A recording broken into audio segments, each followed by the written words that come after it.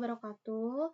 Perkenalkan, nama saya Najwa Insani Zakia dari kelas 3 IF2 dengan NIM 230414102 akan mempresentasikan hasil analisis tata kelola TI menggunakan framework COVID 2019. Studi kasusnya PT Prodia Widya Husada Tbk.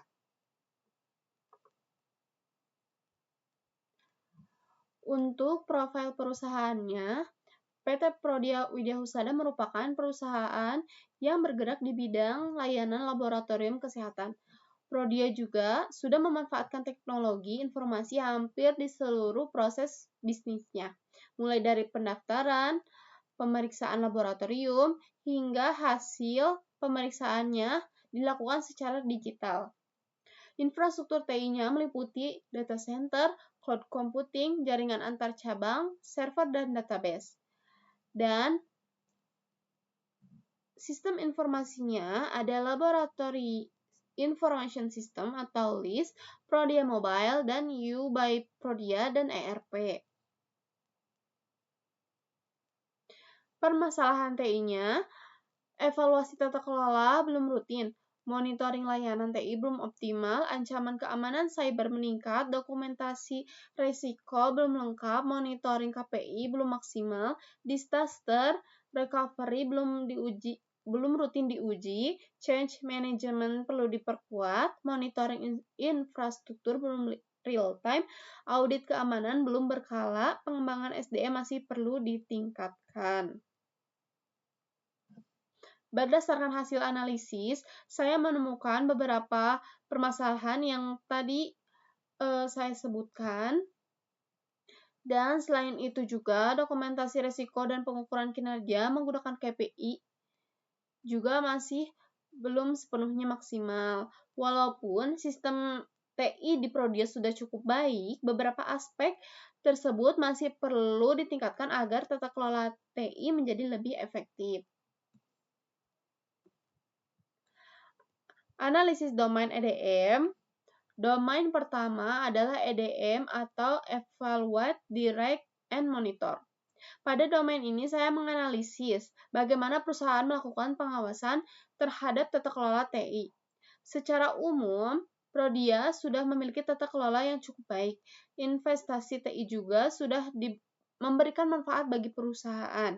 Namun, evaluasi terhadap tata kelola, pengukuran manfaat investasi, dan pengelolaan risiko masih perlu dilakukan secara lebih rutin agar proses pengambilan keputusan menjadi lebih baik.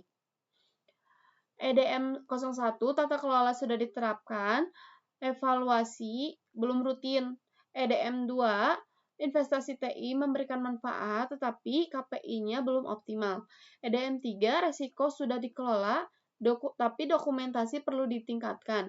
EDM 4 research cukup baik, tetapi evaluasi kapasitas belum maksimal. EDM 5, pelaporan tersedia tetapi masih belum konsisten. Next, kita ke analisis domain APO atau APO. Domain ini lebih berfokus pada perencanaan strategi TI. Strategi TI di Prodia sudah mendukung kebutuhan bisnis, namun masih ada beberapa hal yang perlu ditingkatkan seperti pengembangan SDM, manajemen risiko, keamanan informasi, serta evaluasi roadmap TI agar lebih terukur. APO 1 fokusnya di framework TI, APO 2 strategi TI, APO 3 enterprise arsitektur, APO 4 innovation, APO 5 portofolio, APO 7 SDM, APO 12 risk, APO 13 security. Strategi TI Prodia sudah mendukung bisnis, namun monitoring SDM, keamanan, dan manajemen risiko masih perlu ditingkatkan. Next, kita ke analisis domain BAI. Domain ini membahas proses pengembangan dan implementasi sistem. Hasil analisis menunjukkan bahwa proses pengembangan aplikasi sudah berjalan dengan baik, namun security testing, change management, dan evaluasi keberhasilan program masih perlu ditingkatkan agar perubahan sistem tidak menimbulkan gangguan terhadap operasional perusahaan. Domain BAI, BAI 1 Program Management, BAI 2 Requirement Definition, BAI 3 Solution Development, BAI 5 Organizational Change, BAI 6 IT Change, BAI 7 Acceptance dan Transition. Temuannya, change management masih belum optimal, security testing perlu ditingkatkan, evaluasi program masih belum maksimal. Next, kita ke analisis domain DSS. Domain ini berkaitan dengan operasional layanan TI sehari-hari. Dari hasil analisis saya, backup data sebenarnya sudah tersedia, tetapi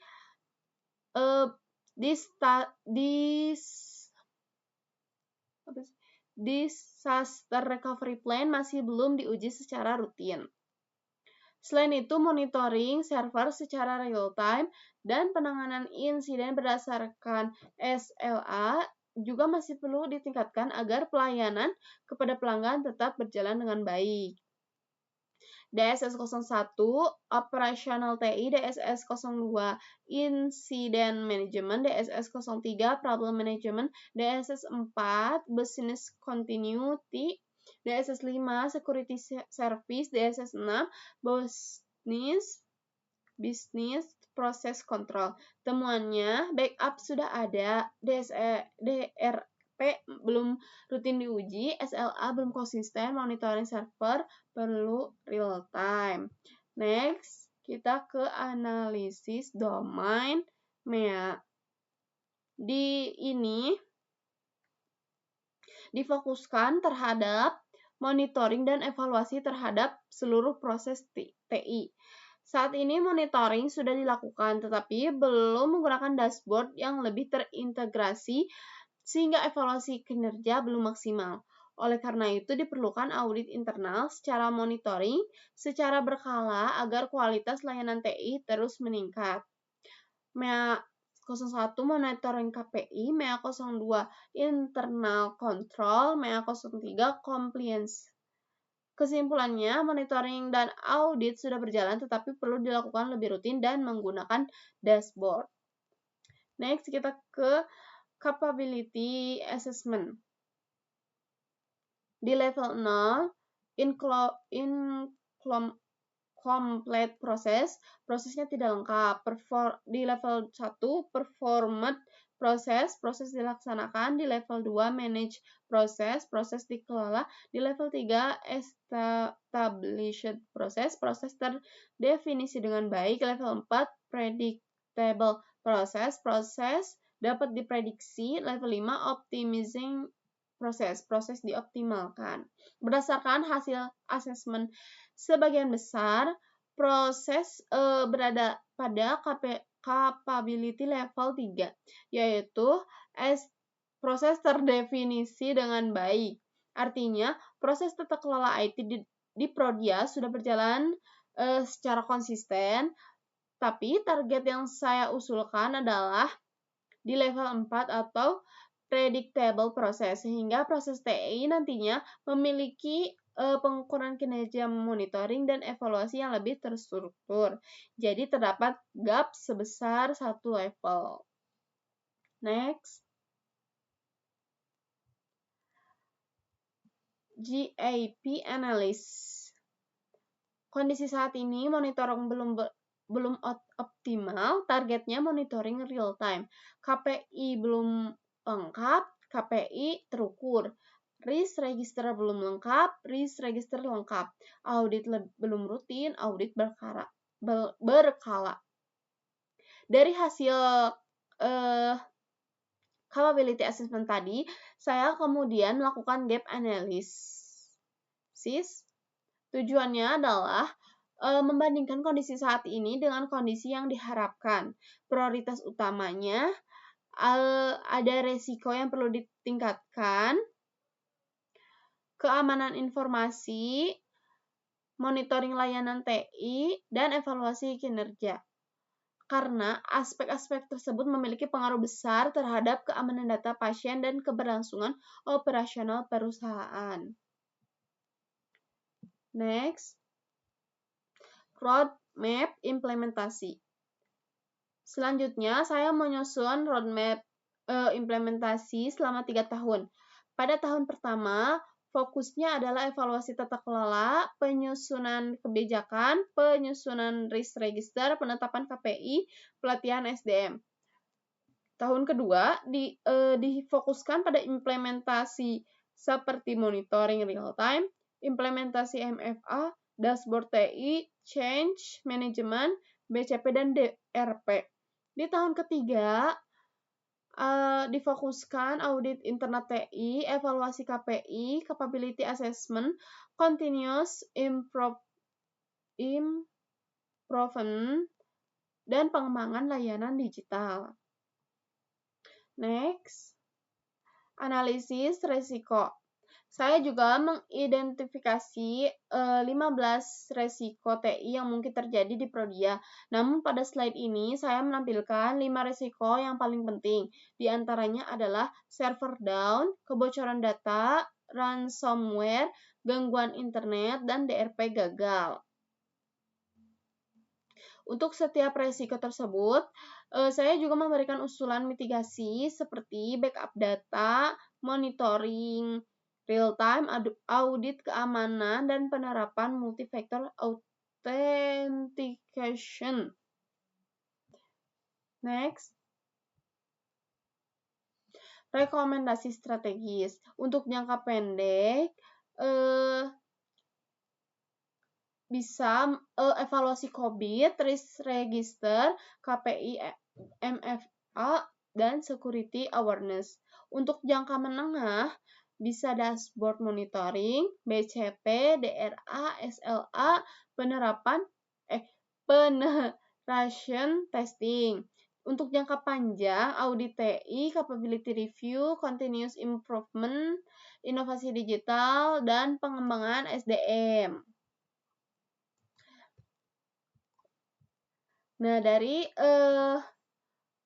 yang tadi sudah saya presentasikan, kesimpulannya, untuk prioritas utama, manajemen risiko, keamanan informasi, monitoring TI, business continuity,